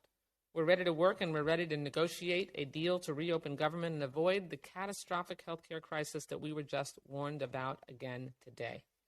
It must be noted, though, that much has changed since we last convened. Trump is literally stopping children, seniors, and veterans from having the kind of family homecoming meal that we all look forward to at Thanksgiving. He is literally taking food out of their mouths and having desperate parents, forcing desperate parents to wonder how they are going to give any food, any meal, never mind nutritious, to their children. I as a mom, that's just incomprehensible to me to have to face that angst. And the USDA appears to have lied about how deep the cuts would be. Hollywood couldn't script a more heartless villain than this. But voters see this cruelty. They see it very clearly. Across America Tuesday, in blue, purple, and red states, they turned out in huge numbers to reject this brand of callous extremism. They marched into polling booths and they told elected leaders they want affordable health care, housing, utilities, and groceries. And that's why we're here right now, and we're going to keep showing up week after week to make sure that while the Republicans refuse to come to work, that the Democratic caucus, led by our leader Hakeem Jeffries, is going to continue to shine a white-hot spotlight on the plight of real people and the impact on them of these horrific Trump and Republican and MAGA-infused policies. While our House Republican colleagues enjoy a second month-long paid holiday, we're working on a way to help Lisa Boone Bagaki, who has, as she said, is a self-employed widow and mom of three. We've heard from her this morning, and who obviously desperately needs the ACA to raise her family, as she shared with us. But by their absence, Republicans make it clear that they don't care about her plight or the millions just like her who face the same grim financial fate. So we need to, and we will keep showing up, and we need to keep demanding that Republicans hear from her and Ashley Gooden Stewart and Bobby Laughlin. They aren't billionaires, which is why our colleagues on the other side of the aisle clearly don't care about them. But their families are worth every minute of our attention until we solve this deadly, costly, Republican-forced healthcare crisis. And the voters just told us they're going to fight back on this by our side as well. So thank you so much to all of you for continuing to demand that quality healthcare, housing, and food remain accessible to all of us and not just a few. And with that, this hearing is adjourned.